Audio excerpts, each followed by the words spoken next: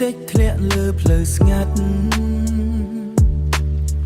បងឈរម្នាក់ឯងក្បែរចំហៀងផ្ទះខ្យល់រំភើយនាំក្លិនអនុស្សាវរីយ៍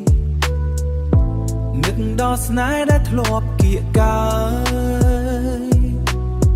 សំលេងភ្លៀងដូចសំលេងបេះដូងដែលនៅតែហៅឈ្មោះអូនរៀងរាល់យប់ទោះពេលនេះអូនឆ្ងាយអូនត្រលប់ភ្លើងជំគៀងភ្លឺស្រអាប់តាមផ្លូវចិត្តបងនៅនឹកអូនមិនដែលស្ងប់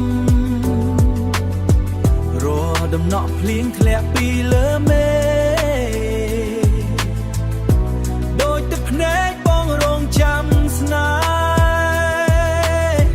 ពេលភ្លៀងតិចតិចបងនឹកអូនខ្លាំង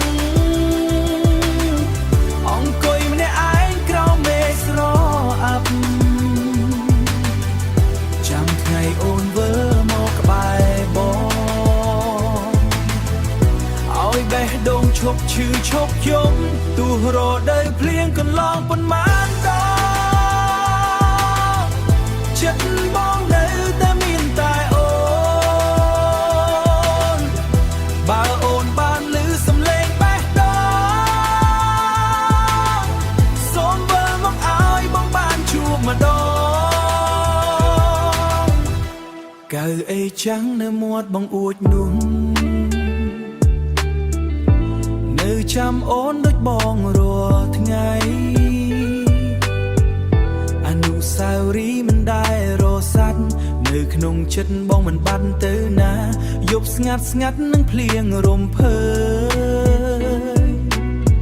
បងនៅតែអង្គុយចាំដដែលសង្ឃឹមថ្ងៃណាអូននឹងវិលមកបំពេញបេះដូងដែលខ្វាំងខាតភ្លៀងតិចតិចតិចនៅតែធ្លាក់រាល់យប់ចិត្តបងនៅតែរងចាំអូនទូមពេលវេលាកន្លងចាំណាទូមពេលវេលាកន្លងយូរប៉ុណ្ណា